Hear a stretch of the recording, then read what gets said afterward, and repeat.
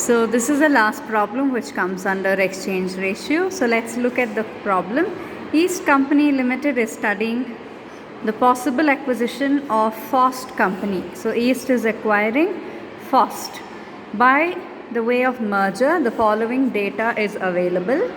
Earnings after tax 2,60,000. Number of equity shares are given. Market value per share is given. If so, you have two questions. If merger goes through by exchange of equity shares and exchange ratio on the basis of current market price, what is the new earning per share of East Company Limited? Okay, so they have asked you one question where the merger goes through by an exchange of equity share. If they are planning to exchange an equity share through exchange ratio, okay, on the basis of market price, what will be the new earnings per share of East Company Limited?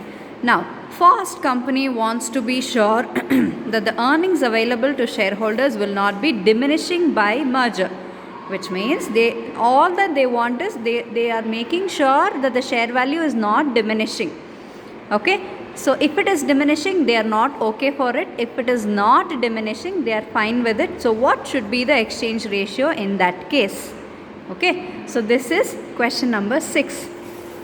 Now, here is the answer for question number 6. Calculation of new earnings per share of East Company Limited after merger. So basically, number of shares after merger in the question is given as 40,000.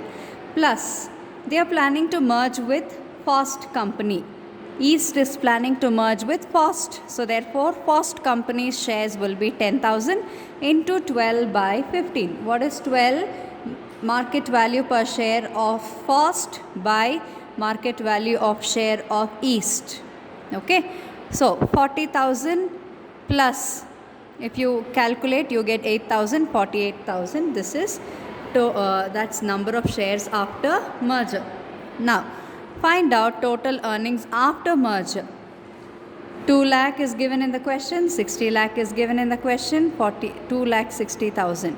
So 2,60,000 divided by 48,000 for 5.42. This is EPS after merger, same like your previous problem. There's nothing new here. Now find out calculation of exchange ratio which will not diminish EPS of shareholder. So, pre-merger EPS of Faust Company Limited, that is 60,000 by 10,000 will be 6. Pre-merger EPS of East, 2 lakh by 40,000. Now, why 60,000? This is for Faust. For Faust, we are considering 60,000 by 1 lakh, which is earnings after tax by 10,000. For East, 2 lakh, which is earnings after tax, divided by 40,000 is number of equity shares. We get 6 and 5. Divide 6 and 5, we get 1.2. This is share exchange ratio. Number of shares issued by East Company, that is 10,000 into 1.2, we get 12,000. What is 1.2? Share exchange ratio. We get 12,000 here. EPS after merger will be 2 lakh plus 60,000 divided by 40,000 plus 12,000. Okay. Now, why 12,000? This is post 12,000. Divide, you get 5.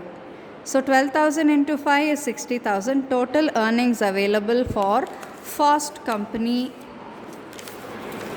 will be 60,000. Okay, which is the same as pre-merger. This is the same. 60,000 is already there in the question. If you can see, 60,000 here and post-merger is 60,000. Both are the same. Just that they didn't want this value to get diminished. Okay, it is not getting diminished. It is the same. So henceforth, they are fine with it. Okay, this is the last one.